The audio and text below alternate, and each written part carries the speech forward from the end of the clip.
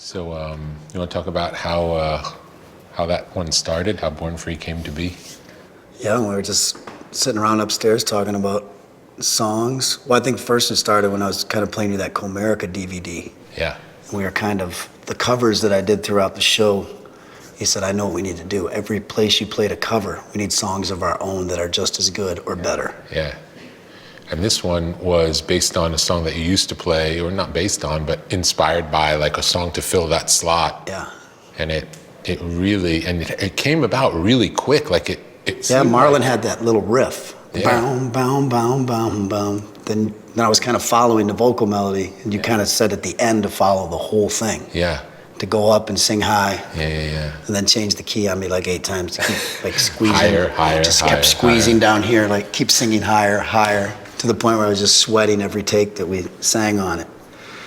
And yeah, lyrically, I was scatting lyrics into a recorder. Yeah, and a lot of the lyrics, it seemed, just came from almost like automatic writing, just whatever came into your mind.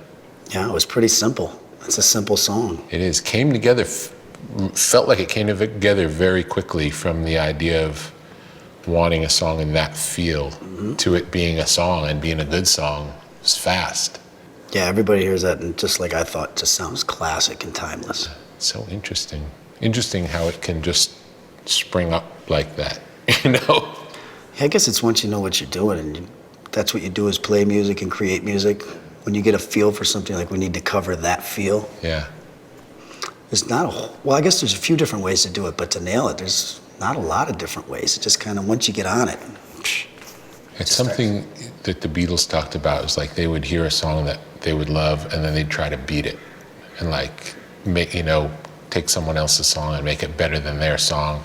And then just by the way they did it, especially if it was like coming from a more American place and they kind of did it with their sort of English sensibility, it turned it into this new thing. Yeah, inspiration. Yeah, it's nice. I know as a musician, always searching for inspiration. Yeah. That's why we're always sitting around listening to music. Yeah. And trying to go see somebody that we love, which, sometimes becomes difficult when you get exposed to all the elements. Yeah. You know what goes into the show, and this isn't something you see. Sometimes you see something so genuine and so great, or hear something that's so inspiring, it just makes you want to be better and write something else. It's the best feeling. It's the best feeling. Which can also work the opposite way. If everything's flooded with just this stuff that is uninspiring, it kind of takes that inspiration level, and everyone all of a sudden starts to make mediocrity. It's great when you get It's inspired. one of the reasons I don't listen to very much current music is I try to listen to music that like has stood the test of time and is still good.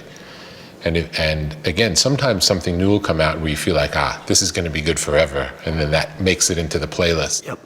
But a lot of stuff just sounds sort of like disposable, and so it's nice to sort of tune into stuff where your taste runs, and what you listen to every day kind of just sounds like, wow, this is the greatest music ever made, and listen to it all the time. It's like you get programmed to be in that mode. And a hit is different than a classic. Absolutely.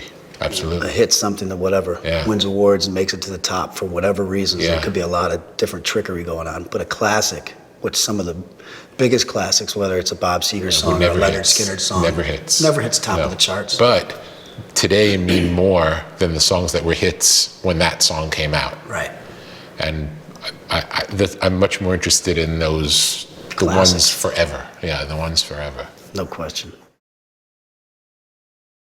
That song just gets after it. What's so interesting about that is, if you remember, the demo version of it was such a different vibe. Mm-hmm. It was like a porch sort of. We cut it as a porch thing. When I first made it, I remember I was in the basement. We had a meeting. Yeah. And I was just goofing around down there, me and Marlon, and I was like, start coming up with some words for it. I kind of played it for you as you were walking out the door. I was like, check this out. You're like, great. Yeah. Great. Yeah. And remember, the sentiment of it was like, the mood of it suited the lyrics more of Slow My Roll. It was sort of like a ballady, a ballad. A real kind of heartfelt. But deep. Real mellow. And it's a really good argument for the fact that if you have a good song, you can approach it from all these different directions. I like the porch version of that too. It's great, but it really took on a new life that neither of us expected it to in the studio, just because it was interesting about how with all the songs, the way we would teach them to the band was never playing them a demo of the song, because I didn't want them to have any influence of how it was supposed to go. I wanted to get there. I remember vividly. We worked hours and hours in the studio, my home studio, like making these what I thought were incredible demos, and possibly maybe. And they were. Yeah, you liked them, but then it's like, yeah, don't play that for anybody. Yeah, and then and then I had you sing them just acoustic for the band in its bare bones form, to where they saw the song in its simplest, purest form. And then we saw what they brought to the table. And something like the riff, which is kind of like a signature riff for the song, that just kind of appeared in the studio. That wasn't in the demo. It just kind of happened through jamming the song. And then the fact that they decided to play it kind of rocking, which surprised both of us. I love. Yeah, and it's great, but it wasn't what we expected or what we thought it was going to be. But that's sort of the fun of the process of watching it unfold. Totally. It was like something new every day. It was like Christmas every day in the studio. Was. And I was loving that because it was some of that timeless, classic blues-based rock and roll that you just don't hear done very well anymore. If anyone at all is even trying to do it, that's a contemporary artist. Yeah. And it's some of the hardest stuff to nail because it is the simplicity of it. It's just true. So crazy. And then when I heard that, I was like, wow. That's the great. stuff I always loved, from all the classic acts that I've listened to and studied and, just gotten down with. So it was fun to nail that one. And it's fun to play live. God, we've been playing that live a few times. I just can't wait to get to it. It just got that groove to it. Awesome. You just want to drink more. That's the way I look at it. It just makes you feel good if you're at a concert. You just want to keep them back and just be in that space where you're just having a good time. And the lyrics are saying something too that's kind of And that's the other thing that's interesting about it, is that if it was written the other way around, like if we had that track first, right, probably wouldn't have wrote those lyrics to it. Nope. So it has a depth to it that kind of only could have happened this way, because it's not an obvious lyric for the energy of the music. No. But it all makes sense when you hear it now. Yeah, it's like me talking about, going through a transition of life and, okay, I got to slow my roll and try to, make some amends where things have been bad, but continue to, move on and kind of reflective and where things are going. And all you want to do is nod your head and rock to it while I'm saying these things. And it almost switches the message a little bit, because in the demo version, it seemed like the song was an example of you living by that slow my roll. And now it's more like, it's still the old you talking about what it would be like if you could do that, but you haven't done it. Right. You know, it's more like change my ways. Yeah. So it feels more like it's like hopeful instead of it all having already happened. It's very reflective and kind of moody. This is now, it's kind of hopeful. That's what I see. I view it more as like, a choir in the back singing it, like this, and it's like very inspirational in this place of like, woo, kind of almost magical and biblical in a sense of spiritual and like celebrating, whether it's in a church or at a concert. Yeah, which we didn't have when we wrote it, like it evolved into that. And again, it's just the magic of the process. Yeah, the process is just to let everything unfold. Yeah. Which the process was just freaky to me. Because, I'm used to being in a studio and just slaving on all my records, 14, 16 hours a day for months, sometimes. Sometimes it happens like that, but, we go in there, it's like, just throw all that out the window. Yeah. This is the easiest it was ever for me to write and record a record. Having great people in there playing. I've had some great players through the years, but just having this kind of band thing happen. Okay, Chad, you start off the song, and just click it in and we just go. And some of them we just start playing, like a few that we're going to get to, where, the shuffle beats happen and stuff that were never even on the table. Never even thought about it. Yeah. It's also cool that because of the spontaneous nature of how we did it, it never sounded too worked out. It never was too worked out. It was, so all that everybody knew was basically the chord changes of the song in their basic form, the acoustic chord changes and the vocal melody, and then it was up to everybody to kind of, what do I do in the context of that thing? Get in where you fit in. Yeah. and play off each other, and it forced all the musicians. It's never a guy sitting in the studio working on an overdub and trying it 20 times. And do you know what I mean? It's like trying to get it right. It's more like everybody listening to everyone else and like really paying attention and creating this moment where it's like this live thing is happening. When we worked, 12 to 3 or 4? Yeah. For 2 weeks? Yeah. It was done. Yeah. I mean, I didn't know what to do with myself. I never had that much free time in my, just, being out here, with my son's not out here, and things at home I can occupy myself with, whether it's out, chainsawing wood or just milling around the property, doing different things, seeing friends, just out here like, what do I do now? just like, which might have been a bad thing. What do I do now? You seem to occupy yourself pretty well. It was good. Yeah. That started from songwriter Jason Bolin from Oklahoma. Was kind of got a little thing going on the Texas, Oklahoma scene, who a friend of mine told me about another song that he thought would be good for me. And I swear to God, I went to iTunes to download that song. Yeah. It was labeled wrong. It was this song. I heard this song and I was like, wow. And it had hints of the chorus, but he never finished it, I thought. It was just never there. So then me and Marlon started messing with it. We demoed it, rewrote it, changed the chorus, just took his thing and kind of, Yeah. And I thought this was one of the demos for sure that was like, this could possibly be the song. Because we cut it 2 different ways. We did kind of an alt-country rock thing, and we did more of a straight rock thing. And I remember we really loved like the alt-country demo. And that one's probably the closest thing kind of to the demo. Yeah. Especially with the backgrounds. We stripped it down a little bit more and just whatever anybody was jamming. Yeah. But they call that the clusterfuck chord progression when we try to play it live, because those chords in the So verses many. are just They the keep changes. coming. Yeah, go from here to there, but somehow it still flows and works. Yeah. That's, once again, it reminds me just something spiritual, and like you go to, it's like if they had church on Saturday night with drinking. Yeah. That's how I view it, I'd be like, man, I'd be in church all the time, if it was like that, but I don't want to get up and go early Sunday. But if it was, like that, and real, like it can be in a great gospel church where the music just moves you and inspires you. Yeah. If I just have a couple cocktails while that was going on, man, it'd be, praise the Lord. I really love, I love hearing you sing like that, and I feel like that's one of the things. I love the song, but getting to hear you sing like that is such a cool thing, because no one's heard that. I know. When I was doing it on the demo, it was just started hitting it, and the guys in the studio, Herschel and Marlon, were like, do that again. And Herschel was kind of coaching me through that, phenomenal, singer from Detroit. Yeah. Helps us a lot of backgrounds and stuff. Remember that was a complete like pop, hip hop vibe, that demo. Very Complete different. program. Like I think Herschel did the groove for, Marlon kind of came up with the hook, and then Herschel kind of put together this thing in his little studio in Detroit. It didn't have the bra, ba, ba, ba, that chorus guitar hook. That, I think, happened in the studio. Yeah, it was like a huge pop hit. Yeah. No question. Huge, like kind of borderline hip hop, pop, like drum machines and stuff. We talked about tuning 808s on it and everything. Yeah. And then we tried to cut it like this. It's super, now it's like a Stax kind of. Yeah. Some old soul, rhythm and blues, really. And it really fits the album better. It just feels like part of the fabric of all the other stuff that's going on. It makes more sense. Because before it, I always loved the song. When I heard it, in the context of the other songs in the program version, it just really stuck out as inorganic, Which is exactly how I made all my other records.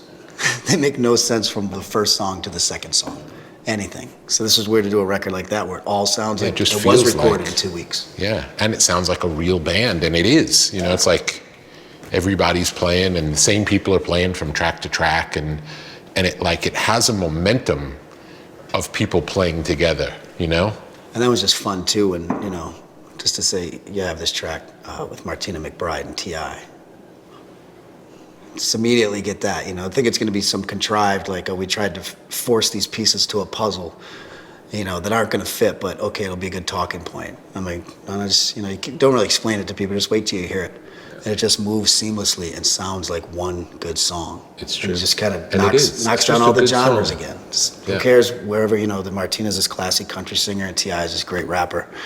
And wherever I'm confused in the middle of all that, where they want to try to put me and place me at whatever period of my career is going on, it just goes like that.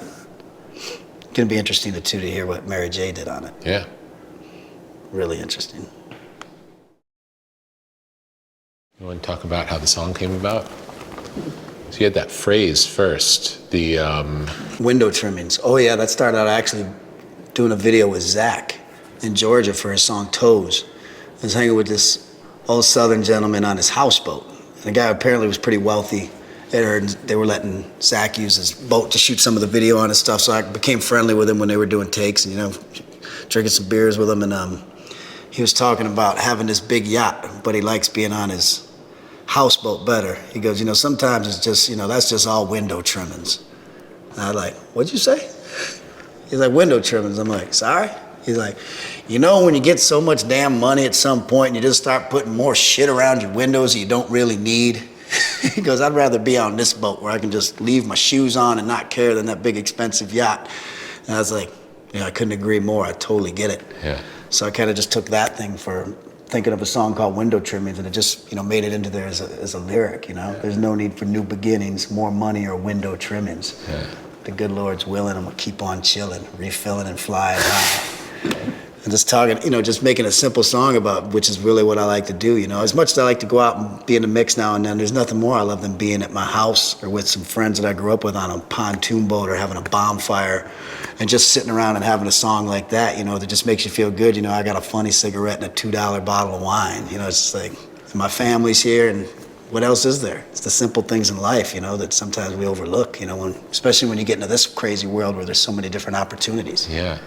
I always think that's when I'm happiest, is when I just have those people around, no matter who they are. It could be anybody. Yeah. But I'm just, chilling out here on my deck, whether it's in Malibu with the fire going, or I'm at my Michigan place with a bonfire going, or just, sitting around like that, and that song just sums it up. And then to have Zach on it. Yeah. Just made, just thinking about how the song started being with and wanting to we always wanted to do something, to have a song together that we could sing because we've become such good friends. And, just I'm probably their biggest fan, the Zach Brown Band. So this will be fun once it gets cranking and, Great. Hear it on country radio and be able to go out and play it live, even with just a couple guitars and maybe a 3-part harmony, just stripped down, in the middle of a show, like a bluegrass thing with one microphone. Yeah. I hear so many ideas from all these songs, because I see them live. Originally, you had it where you were singing the whole thing like the ending, which would have killed you, I think. Oh, yeah. Well, I can do that. I can hit that, Yeah. The Brian Johnson, Bon Scott stuff. Yeah. But this way, I like that we got more melody into it, and it makes it more songy. Yeah, it's totally. It's more of what I really love. I love that new guitar solo. It really takes it to a new, because before I felt like it was a little derivative. It was good, but it was like derivative. And this makes it like. We probably did 40 solos for that at my studio. Yeah. Me, Marlon, and Sweeney screwing around one day trying to come up with new riffs. Remember the riff for the song we were trying to beat? We had Morello do 10 riffs or something. Yeah. And It's hard. It's tough, those classic songs like that, and especially when they've been done so much and people have the timeless cuts already, it's tough to sneak one in there and It's true. really have a really good, credible, just heartfelt one that's true in all what we do. Yeah. Not contrived, I guess. Yeah. Which nothing on this record is. Agreed. Song sounds great. That was great too when I asked Seeger to send him the song and asked him to play piano on it. And I heard back from him, he's like, I love the song, it's great. Yeah, I'd love to play piano on it, which I'm totally excited about. But then I'm kind of waiting and I don't hear anything. So I get a little nervous. I'm like, maybe he changed his mind. And he got word one day, he's like, hey, I'll be by, it's Saturday. Can I come over and lay that piano down? I'm like, yeah, because he's super excited about it. And he comes over and I'm kind of like, man, Bob, you had me scared for a minute. I thought maybe you'd change your mind on doing this song. He's like, no, I've been practicing. How great is that? So he gets at home practicing, on his piano for one of my tunes, It's great. Let's talk about the song some.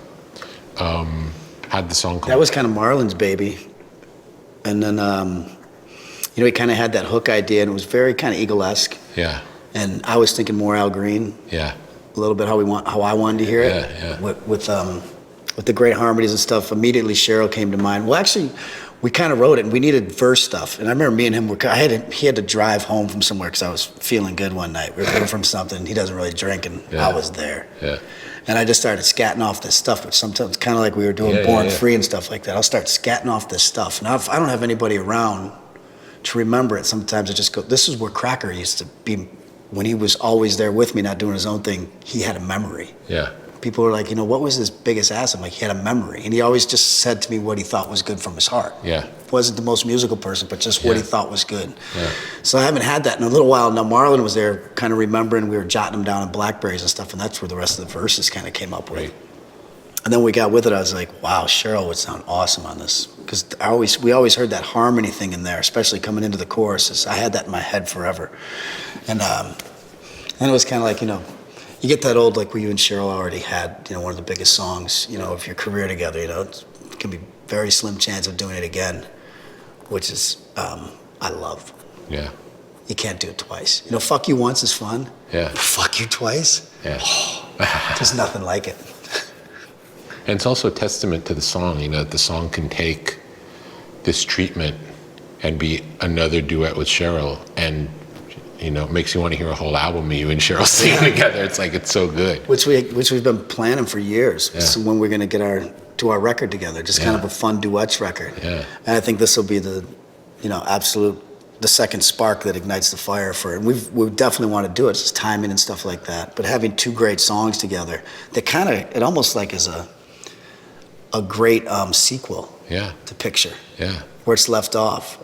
It's not this, it was never like we're in this, Picture is kind of like, you're cheating on me, I'm cheating on you. Yeah. Let's get it back together, and forgive. And now this one's like, again, something's happening, like, oh, we still love each other. Hold on, we're about to collide again. Yeah. As soon as we get together, it's, Yeah. oil and fire or whatever. Nice. So I think it will set up just having a really fun, because I love singing with her, and I think she feels the same. Yeah. And we just love working together. It was that thing you guys sang together for that, Oh, Lean On Me? for the benefit thing. Oh, for Haiti, yeah. That was incredible. Yeah, Lean On Me. You guys sung great together. And I got confirmation of that from David Crosby. Having dinner one night up at that Italian joint. He had seen it? Up and he was like, yeah, he came up, he goes, he's kind of stern. He's like, I don't give compliments unless I mean them. Yeah. And you were the best thing on that Hope for 80 thing that night. You sounded real, great singer. Yeah. And I don't give compliments. I'm like, okay, man, take it easy. But it was really nice of him to say. Really good. We jammed at a sound check one day, and that was like one of the things where like shakes, and a lot of the crew guys were like, what the fuck was that? Just in this dark arena, with no one in it singing it, and everyone just kind of stopped. I was like, where'd that come from? And I remember that lyrically, you only had some of the lyrics, and some of them were not as good as these. Well, that was started by Audley and Keith, a couple Nashville guys, great players, and they kind of had that song, and Marlon, when he played it for me, I was like, that's incredible. What a great hook. Kind of like, rather than saying, get the fuck out of my life, it's like, we're cool, rock on. Yeah. And kind of like, I wish you the best, but rock on. Yeah. Such just a great way of saying it, which you're always looking for as a songwriter. Yeah. It's only so many topics. And then you just try to find different ways to project those and make people feel, what you feel from them.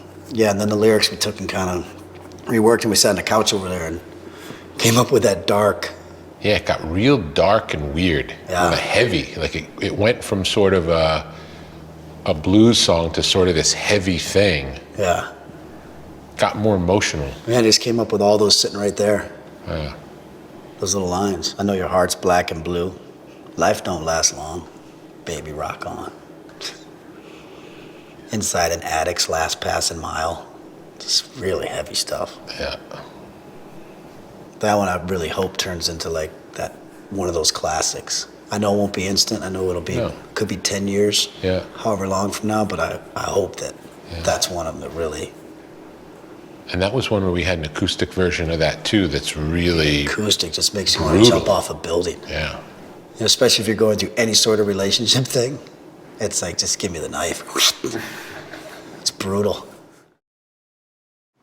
I remember I made it on tour. Because actually when I kept singing that When It Rains, It Pours. Yeah. And I was envisioning, it's a loss of somebody very close, a best friend, and talking about crying. But I thought it was so simple, When It Rains, It Pours, I didn't know if it was too borderline, whatever. And I remember Run saying, it's great. And he was the one that kind of told me, no, keep it just like that. Listening and sound check going, that's perfect. Sometimes the simple stuff is the greatest stuff, which I understand, but it was great to have someone like him tell me that. And then just in the studio, it went from more rockin' into more laid back? Yeah, just when we played him the demo. Yeah. Or we played it for them. acoustic, Yeah. and we didn't play them to demo. Yeah. When we got in the studio, there'll be no playing of demos. There'll be no click tracks. Yeah. There'll be no nothing. It's just you go in that booth, sing the songs, you guys play. Chad, you count it off. Let's see what happens. Yeah. And it has an urgency about it that's different than just being on the grid. Than just like, oh, everything's right. Yeah. But it just sounds kind of regular. I learned that years ago with Punch when we would cut Picture. Yeah. And Picture's an 808, like a very simple 808 drum machine. But Yeah. then Cheryl on 12 string and bass. I think I played acoustic. And there's like a Wurlitzer. That's it. Yeah. And a guitar solo. And our vocals. Nothing else. It's literally 8 tracks. Yeah. But when we were in the studio, it was kind of the stuff before that I always done to tape. Yeah. Very analog and in a vintage studio, and kind of what I made mine out of. Now we took that to mix it in LA, and we had this crazy Pro Tools kid in there who was like doing all this zooming and was just nuts on it. And he zoomed in and he goes, wow, look at how far the bass guitar is off the kick drum. And I was looking at it and I was go, wow. I'm like, is that messed up? He's like, well, do you want me to fix it? And I'm like, I guess, I don't know. Yeah, if it's got to be fixed, if it's wrong, fix it. We fixed it. Sent Punch, another mix. He's like, who fucked up that song? And he could just hear it like that. We were too close to it. Yeah. I was listening to it 5-6 times a day. No idea. But he was exactly right. We took it the way the feel was played. It's not supposed to be dead on. It's true. And what makes the great bands, all of them throughout history, is the push and pull between the different players. Like if Metallica were to play an AC/DC song, copy it exactly, it would sound nothing like AC/DC, because the dynamics of Metallica are so different than the dynamics of AC/DC. Right. And in AC/DC, the guitars are pushing forward and the drums are holding back. And that sound is part of what makes AC/DC swing the way it does. Yeah. And in other bands, it's like the drummer kind of leads the charge and the guitars follow. And that sounds completely different. And it's different.